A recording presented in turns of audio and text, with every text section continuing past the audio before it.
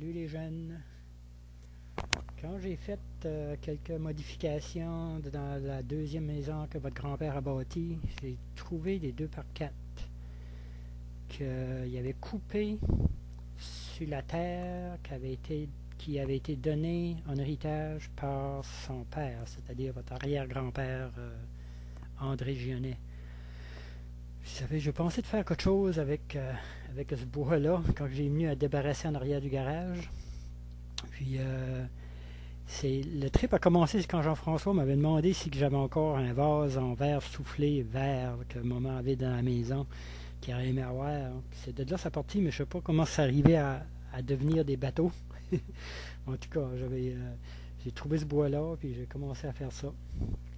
Ça, ces bateaux-là, on faisait ça quand on était jeune. J'étais tout petit. C'est des bateaux élastiques. Puis je sais pas trop si ça devient. Je sais pas si c'est papa qui avait trouvé ça quelque part, cette patente-là, ou si c'était une encyclopédie qu'on avait. On avait une encyclopédie de la jeunesse qui avait toutes sortes d'affaires dedans, des plans de maison, puis des petites cabanes de toutes sortes de pays qu'on pouvait monter, puis il y avait toutes sortes de jeux. Puis il y avait entre autres ces bateaux-là.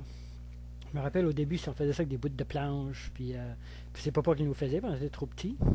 Moi, je me rappelle, de toute façon, je ne sais pas si les autres s'en rappellent, mais moi, je me rappelle des vieux bouts de planche, puis plus tard, j'en faisais moi-même avec des 2x4.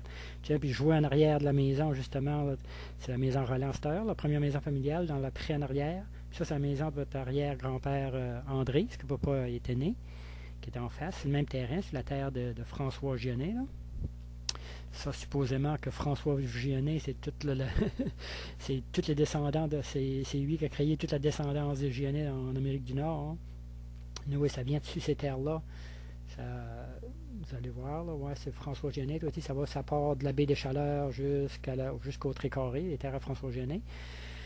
Puis quand j'ai venu à trouver justement sur la terre jusque le bois a été coupé, c'était cette terre-là que vous voyez là. Ça part de la baie des Chaleurs aussi, ça se range jusqu'à la rivière Saint-Simon, mais ça vient pas de François Gionnet, ça vient du côté des Lantaignes, ça veut dire du côté de votre grand-mère, jusque Ghislaine est bâtie là, puis Gilles, puis Jacqueline, l'autre bord du chemin, puis c'est toute cette terre-là que ce bois-là vient, mais ça vient de Louis Lantaigne. Ça veut dire que ça vient du côté de votre grand-mère. Je ne sais pas comment ça se fait que ça vient du côté de votre grand-mère, mais c'était supposé être un héritage que votre grand-père a eu de son père. Ça fait là, c'est un peu mélangé là comme. Puis c'est ça là, ça fait ça fait du bois finalement qui vient des deux familles, tu sais, de votre grand-père Gionnet, puis de votre grand-mère qui est une Lantaigne. C'est quand ils se sont mariés, eux autres, ils ont dû demander la permission du pape pour se marier. Ça veut dire parce que votre arrière-grand-mère Gionnet était une Lantaigne, puis votre arrière-grand-mère du côté de votre grand-mère était une Gionnet. Ça fait qu'ils ont dû demander la permission du pape. C'est là que votre grand-mère a été élevée, là. La maison de mon grand-père Gionnet, Lantaigne plutôt, Majorique Lantaigne. Jusque je suis parké, là, avant ça, il y avait un ruisseau. Regarde, c'est une rue. Il y avait tous des arbres, on jouait dans un ruisseau là. Tiens, les géniteurs, je ne sais pas si ça créait des OGM, mais en tout cas, c'est fait des bateaux. Puis le bois, ça vient des deux côtés de la famille. Je ne sais pas si le bois, c'est des OGM, mais oui, j'ai eu du fun à les faire. J'ai un peu modifié le design, naturellement, comme que je fais tout le temps, je modifie les affaires. Mais c'est ça, j'ai fait toute une série, j'ai fait des pareils, puis j'ai eu du fun à les faire. Mais c'est plus comme pour un souvenir du bois là, de toute la famille. C'est ça, c'est sur cette terre-là que ce bois-là a été coupé. Là. Ça, c'est proche de la rivière Saint-Simon. Là. Lucien s'est bâti un camp là, juste pour bord de la rivière Saint-Simon. Si vous creusez sur cette terre-ci, à peu près, là, vous allez probablement trouver des racines de votre bateau que vous avez en main présentement. Là. Ça fait que ça n'a pas été loin, comme ça n'a pas été coupé loin. Là. Papa dans sa vieille shop, c'est là qu'il faisait les bateaux. Ben, il se faisait des bateaux. Regarde, le bateau qu'il y a là, il en a fait deux comme ça, des bateaux qu'on allait tout le temps à l'île avec.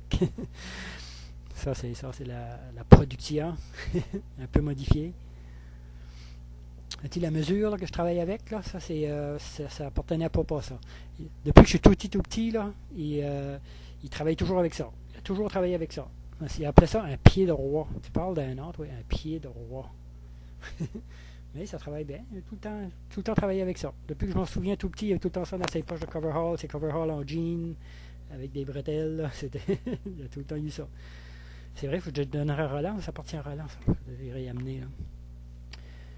Ouais, j'ai fait quelques modifications sur le bateau. Là. Genre, j'ai placé des petites tanks pour mettre des élastiques de spare. Parce que je me rappelle, on avait tout le temps de la misère à trouver des élastiques dans notre temps là, pour mettre dessus quand on pétait l'élastique. Tu sais, la vieille shop, là, ça peut pas. Le sapin que vous voyez en avant, là, j'ai pas fait de bateau avec, il aime pas l'eau, lui. Tu sais, justement, c'était dans le ruisseau là, que je m'amusais dedans là, avec faire ces bateaux-là. Là. C'est doit être en arrière de la shop, doit être en arrière sur Roland. Là. Ça, c'était dans les prés.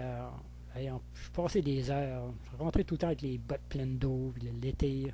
On pêchait des barbeaux là-dedans, puis toutes sortes d'affaires. Tout le temps d'après. Il y avait des grenouilles qui vivaient là-dedans, des rats musqués. Ah, ben tiens, j'ai comme perdu le tour. Hein. Ah, j'ai peut-être passé un petit peu de couleur dedans. Là. Vous pouvez modifier la couleur si vous voulez. Ouais, il y avait toutes sortes d'affaires dans ce pré-là. Ça des grenouilles, des rats musqués, des barbeaux de toutes les sortes qui venaient là-dedans l'été. On pêchait ça avec des cannes, puis des pots, puis il y avait tout le temps là-dedans. Puis à la plage, naturellement. Là, c'est nouveau. Il est un petit peu plus raffiné que dans notre temps. C'était rough dans notre temps qu'on faisait ça. Là. Ça commence à être le fun. Là. J'ai pas encore les pieds trempes, mais ça va venir. Là. Ah, tiens, je commence. Ouais, ça marche mieux. Là. Hein? Tiens, il pogne le courant du ruisseau qui passe en dessous du petit pont. Là. Alright, ça marche. Wow. Hey, j'espère que vous envoyez des vidéos. Tiens, un OGM. J'espère que vous envoyez des vidéos ou des photos de vous amuser avec. De quoi de comique. Là. Hey, un iceberg. Ouf, hey, ça passe proche. Envoyez-moi des vidéos ou une photo que vous vous amusez avec ou vos enfants s'amusent avec. C'est un souvenir de votre grand-père et de votre grand-mère. Ça vient des deux terres. Ça fait que ça tombe comme de même. Là. Salut, bonne année tout le monde. J'espère qu'on va se voir plus souvent l'année prochaine, c'est-à-dire cette année. Parce que là, on est rendu le 2. Puis finalement, j'ai réussi à placer du texte sur ce mot-à-dit vidéo-là. J'étais obligé de m'acheter un petit micro. Ça fonctionne, ça a de l'air. Salut!